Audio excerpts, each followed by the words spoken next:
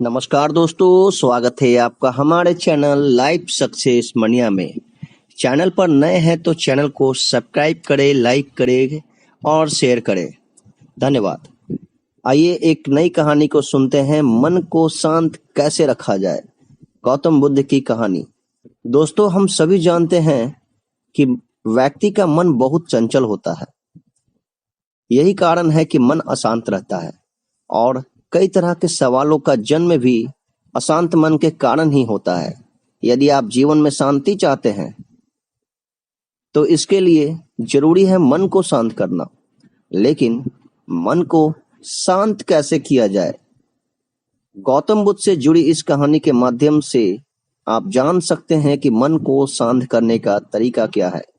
इसमें भगवान गौतम बुद्ध द्वारा मन को शांत करने के उपायों को बताया गया है। जानते हैं इस कहानी के बारे में जिससे आपका जीवन बदल जाए।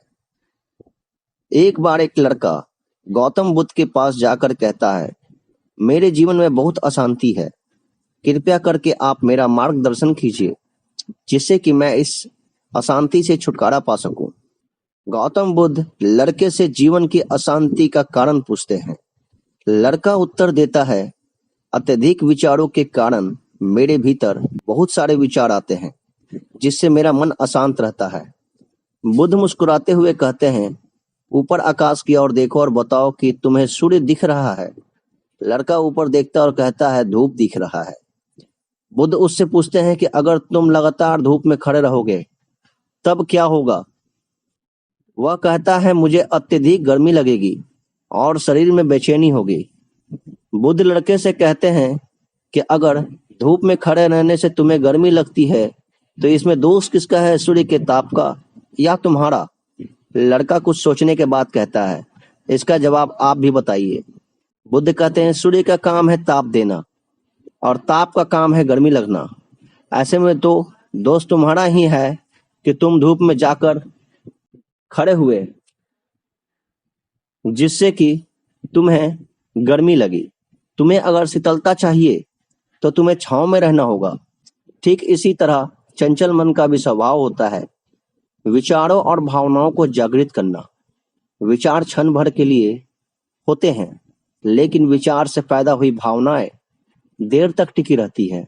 लेकिन यह तुम्हें निर्णय लेना है कि तुम्हें विचार और भावनाओं के साथ चलना है या अलग दिशा बनानी है। बुद्ध कहते हैं, मन को शांत करने के लिए तन के आयाम पर काम करना सबसे आसान तरीका है। शरीर के स्तर पर हमारी कामेंद्रिया और ज्ञानेंद्रिया हैं।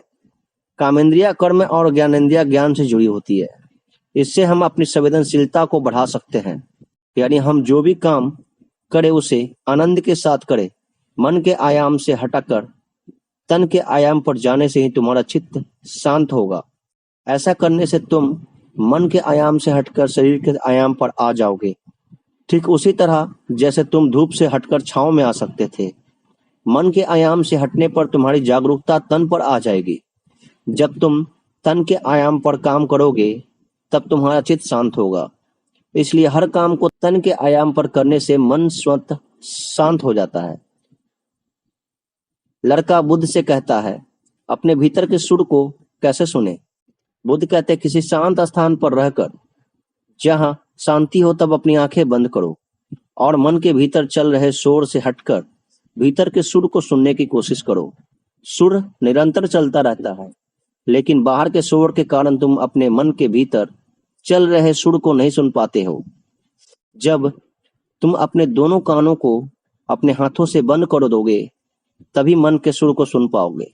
इस तरह तुम मन की अशांति से दूर हो जाओगे और तुम्हारा मन शांत हो जाएगा। जी दोस्तों, जब तक आप अपने भीतर के सुर को नहीं सुन पाइएगा आपका मन शांत नहीं होगा। इसलिए बुद्ध की इन उपदेशों को, इन ज्ञान की भरी बातों को ध्यान में रखें और बुद्ध की नियमों का पालन करें। धन्यवाद दोस्तों, वीडियो को पूरा देखने के लिए।